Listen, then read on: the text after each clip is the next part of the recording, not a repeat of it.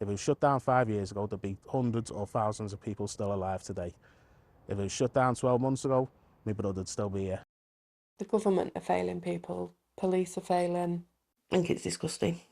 I think it's criminal. Changes how you see the world. You just learn how evil the world is. This is Michael Dunham, who ended his life, taught a method and encouraged to die by a pro-suicide forum. One of more than 50 people in the UK we've now identified who did the same thing. Michael's posts, where he asked for help, still there for his sister to see. Somebody's telling my brother to make sure he's successful. And he's asking for advice as well. Did he get the advice? Yeah, they all told him how to do it. They just sit back and watch all this happening, all the posts on the forum, and they just don't care. Why are they running this site in your view?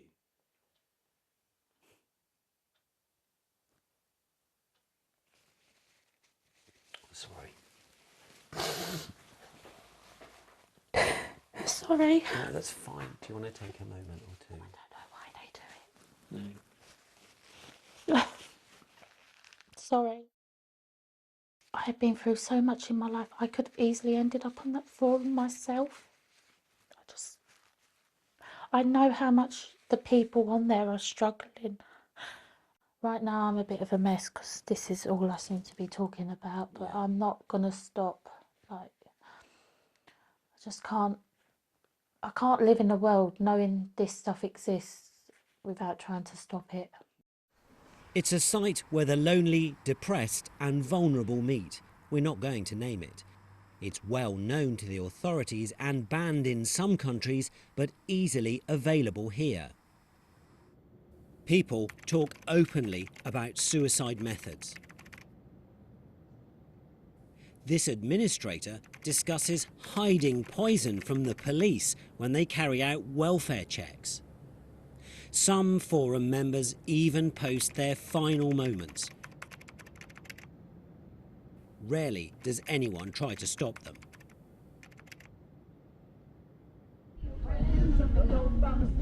Joe Nihill found the site too.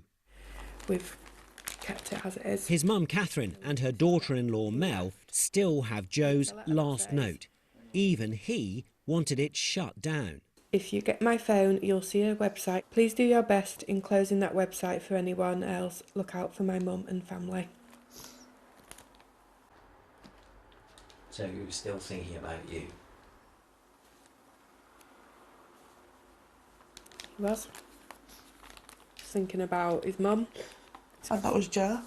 Yeah. I was looking out for others. You did?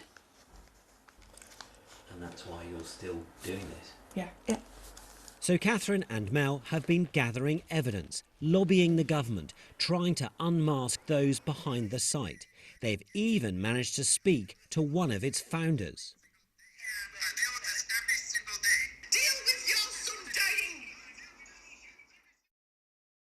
This is the man on the end of the line, an American, Lamarcus Small, who set up the suicide forum 5 years ago. That's Lamarcus, isn't it? We got hold of a photo from his high school yearbook. Yeah. What I'd love to do to that smile on that face.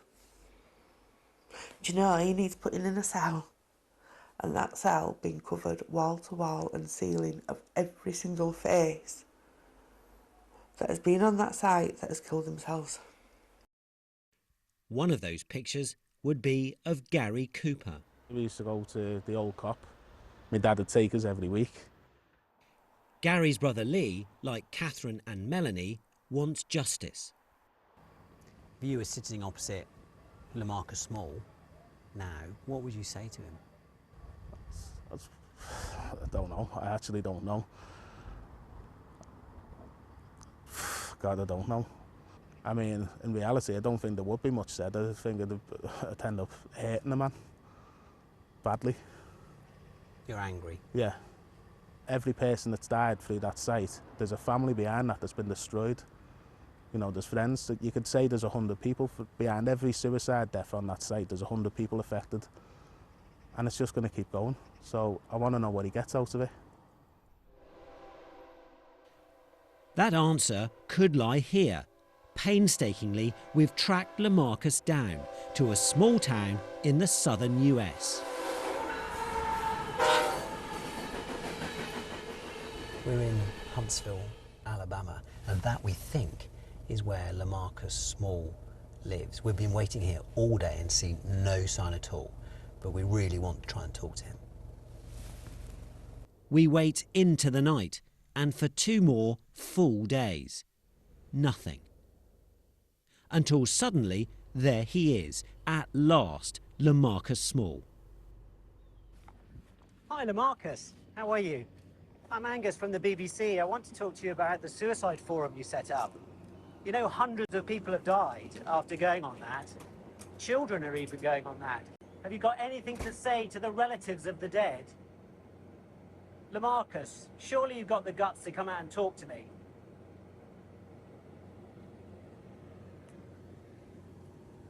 So it looks like Lamarcus has no remorse, no regret, and nothing to say to the relatives of the dead. And so we put a face to the name, but the site stays up, preying on the vulnerable, tormenting their families. Angus Crawford, BBC News, Huntsville, Alabama.